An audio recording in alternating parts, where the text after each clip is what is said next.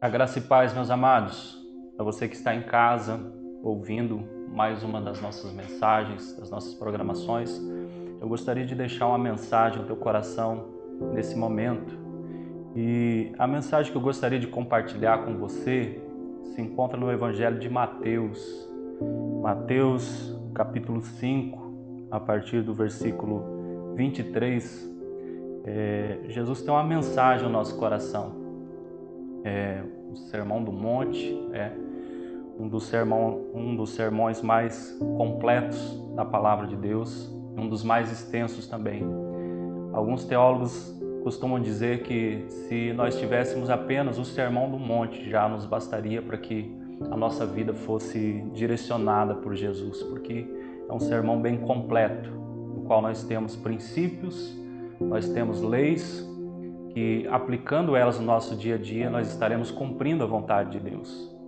Eu gostaria de ler um trecho desse sermão com você e depois refletirmos sobre a profundidade da mensagem de Jesus contido nessa passagem. Vamos ler do versículo 23 em diante. A palavra do Senhor diz assim: Portanto, se trouxeres a tua oferta ao altar, e aí te lembrares de que teu irmão tem alguma coisa contra ti, deixa ali diante do altar a tua oferta e vai, reconcilia-te primeiro com teu irmão, e depois vem e apresenta a tua oferta. Concilia-te depressa com o teu adversário, enquanto está no caminho com ele, para que não aconteça que o adversário te entregue ao juiz, e o juiz te entregue ao oficial e te encerre na prisão. De verdade te digo, de que maneira nenhuma sairás dali enquanto não pagares o último centil. Ouvistes o que foi dito aos antigos: não cometerás adultério. Eu, porém, vos digo que qualquer que atentar numa mulher para cobiçar, já em seu coração cometeu adultério com ela. Portanto, se o teu olho direito te escandalizar, arranca-o e atira-o para longe de ti, pois te é melhor que se perca um dos teus membros do que todo o teu corpo seja lançado no inferno. E se tua mão direita te escandalizar, corta e atire-a para longe de ti, porque é melhor que um dos teus membros se perca do que todo o teu corpo seja lançado no inferno. Também foi dito: qualquer que deixar sua mulher, que lhe dê carta de desquite. Amém? O versículo 23 diz... O versículo 21 diz: Ouvistes o que foi dito aos antigos. E ali diz: Não matarás, mas qualquer que matar será réu de juízo. Eu, porém, vos digo que qualquer que sem motivo se encolerizar contra seu irmão será réu de juízo. E qualquer que chamar seu irmão de raca será réu do sinédrio. E qualquer que lhe chamar de louco será réu do fogo do inferno. Muito bem. Aqui nós vamos atentar para algumas coisas bastante importantes. Eu gostaria de dar um tema para reflexão, para essa mensagem, e o tema é cuidando do seu coração. Cuidando do seu coração. Isso é muito importante nós mantermos firmes na nossa mente aqui. A palavra de Deus diz lá em Provérbios, no capítulo 4, de tudo que se deve guardar, guarde o teu coração. Em Mateus 5, em alguns versículos anteriores, ali nas bem-aventuranças, Jesus vai dizer: bem-aventurado os limpos de coração, porque eles verão a Deus. Jesus também vai dizer outras coisas acerca do cuidado que nós devemos ter com o nosso coração. Por exemplo, quando ele diz: aonde está o teu coração, ali também está o teu tesouro. E ele vai falar também que é a partir do nosso coração que partem todas as decisões da nossa vida. Tão grande precisa ser o cuidado com o nosso coração. E nessa passagem aqui, Jesus ele não traz nenhuma inovação à lei, Jesus não traz nenhuma mudança na lei. Tanto é que se você, com a tua Bíblia aí, em casa, onde você está, se você ler no versículo 17, nesse mesmo capítulo que a gente leu, você vai ver que Jesus ele vai dizer: não cuideis que eu vim destruir a lei ou os profetas. Eu não vim abrogar a lei, eu não vim destruir a lei, mas eu vim cumpri-la. Jesus não veio trazer nenhum tipo de novidade, mas Jesus veio ressignificar alguns princípios da lei. mostrando que nós temos que tomar cuidado, não apenas com as objetividades, mas com as subjetividades do pecado.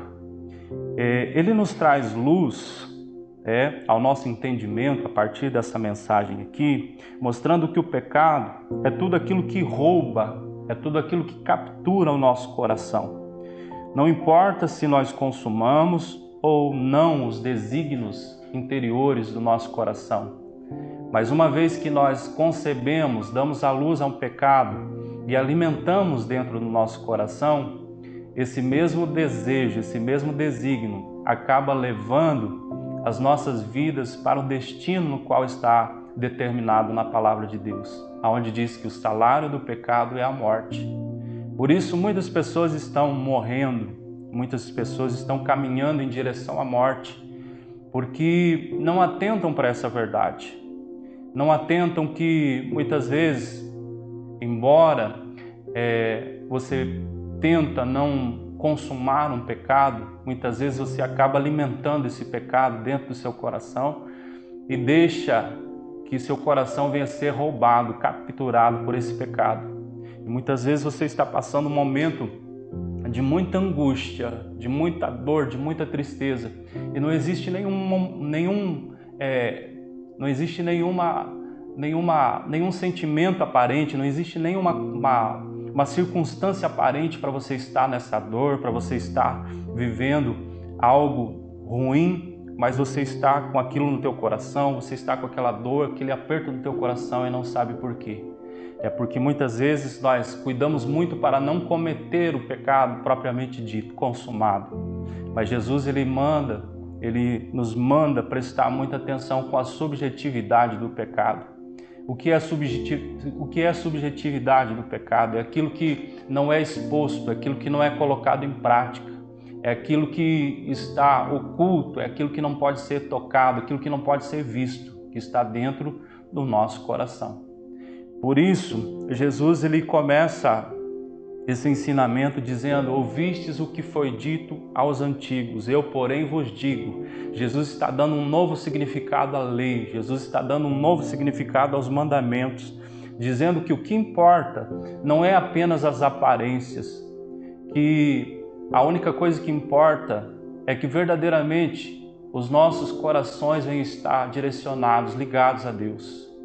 Sabe, quando Jesus ele foi perguntado pelos seus discípulos, quando ele foi perguntado pelos doutores da lei na sua época acerca de qual seria o grande mandamento, a palavra de Deus diz que Jesus ele responde: o grande mandamento é esse: amarás ao Senhor de todo o teu coração. Por que nós devemos amar a Deus de todo o nosso coração? É porque se nós estivermos com o nosso coração totalmente voltado para Deus, não importa o que aconteça, nós sabemos que nós temos o refrigério de Deus, nós temos a direção de Deus, nós temos o consolo de Deus em nós. E a nossa vida, ela é dirigida, ela é direcionada pela luz do Evangelho. O nosso coração é um território que precisa ser sondado constantemente. E é por isso que o salmista diz que Deus viesse sondar o seu coração, que Deus viesse estar sondando o seu coração e viesse estar direcionando se houvesse porventura ali no seu coração um caminho mau, um caminho de derrota. Jesus ele continua aqui no versículo 27 dizendo: ouvistes o que foi dito aos antigos, não cometerás adultério. Eu porém vos digo que qualquer que atentar numa mulher para cobiçar, já em seu coração cometeu adultério. Veja bem que esse aqui não é um pecado consumado. Aqui é um pecado que ele é cometido dentro do nosso coração. Portanto, eu reforço mais uma vez para você que está ouvindo essa mensagem: tome cuidado com o teu coração. Tome cuidado com aquilo que você alimenta. Repito, Jesus diz: aonde está o nosso coração, ali está também o nosso tesouro. E com isso Jesus está querendo dizer que nós sempre investiremos, sempre nós iremos investir aonde está o nosso coração. Nós investiremos o nosso tempo, nós investiremos o nosso dinheiro, nós investiremos a nossa vida aonde está preso o nosso coração. E aqui Jesus fala acerca de um adultério que é subjetivo, não é objetivo, porque ele não é consumado. Aos antigos, a lei está clara, está definida, que um homem, quando possuísse a mulher do seu irmão, quando se envolvesse em um relacionamento sexual ilícito, ele seria culpado, ele seria réu de juízo. Mas Jesus dá um novo significado à lei, dizendo que o pecado pode não ser objetivo, mas pode ser sim subjetivo. Nós podemos alimentar um adultério dentro do nosso coração. Quando nós cobiçamos, Jesus diz, uma pessoa que não pode ser nossa. Quando nós deixamos o nosso coração ser capturado por uma paixão que é ilícita, o nosso coração está preso nisso. E nós automaticamente estamos nos encaminhando para um caminho de morte. Jesus disse que é muito importante nós tomarmos muita atenção acerca disso. Jesus fala sobre o homicídio, ele dá um novo significado ao homicídio. Ele fala que pela lei, quando um homem matasse o outro, ele era réu de juízo, mas que agora, com um novo significado do Evangelho, é possível que nós venhamos praticar um homicídio sem que nós venhamos realmente consumar o ato. Quando que isso acontece? Quando nós deixamos o nosso coração ser capturado por aquela ira, por aquele ataque de ira, quando nós deixamos o nosso coração ser capturado por um sentimento de rancor contra uma determinada pessoa, quando nós deixamos o nosso coração ser roubado por um ressentimento. Muitas vezes nós acabamos matando essa pessoa dentro do nosso coração. Então é preciso tomar muito cuidado com os pecados que não são vistos. Acerca disso, o apóstolo Paulo fala na mensagem que se refere à ceia do Senhor, e ele diz que se nós julgássemos a nós mesmos, nós não seríamos pelos outros julgados, não seríamos por Deus julgados. O que isso nos indica? Que é importante nós entendermos que muitas vezes nós tomamos muito cuidado para que as pessoas não conheçam os pecados que nós praticamos e nós evitamos cometer esses pecados objetivos, mas dentro do nosso coração existem muitos pecados sendo alimentados de forma subjetiva, muitos pecados cometidos. E Jesus deu exemplo aqui de adultério, Jesus deu exemplo aqui de homicídio, mas existem tantos outros pecados que a Bíblia diz que se nós julgássemos a nós mesmos, esses pecados muitas vezes seriam resolvidos. Esses pecados seriam solucionados, seriam resolvidos na nossa vida. É por isso que a Bíblia diz, examine-se o homem a si mesmo. É por isso que a Bíblia diz que nós temos que viver uma vida de introspecção, um evangelho não apenas de prática, de ação, um evangelho não apenas de ações, de atitudes, mas um evangelho também de reflexão. A Bíblia diz, vede prudentemente como andais, não como necios, mas como sábios. Isso atenta para aquilo que está dentro do nosso coração. E é necessário nós entendermos isso. O Evangelho não é só aquilo que está exterior, aquilo que nós praticamos por fora, mas o Evangelho, acima de tudo, é andar com uma consciência purificada pelo Evangelho de Jesus. É andarmos com uma consciência direcionados pela luz do Evangelho de Jesus. Isso é muito importante. Aqui fala também sobre nós colocarmos diante de Deus o nosso coração de modo a não sermos incrédulos, porque a incredulidade é quando o nosso coração é tomado, é capturado pela ansiedade. Jesus diz aqui no Sermão do Monte, não andeis ansiosos por coisa alguma, não andeis temerosos. O Evangelho não é o Evangelho de medo, o Evangelho é um Evangelho de paz, o Evangelho é um Evangelho de ousadia em Deus, ousadia em Cristo.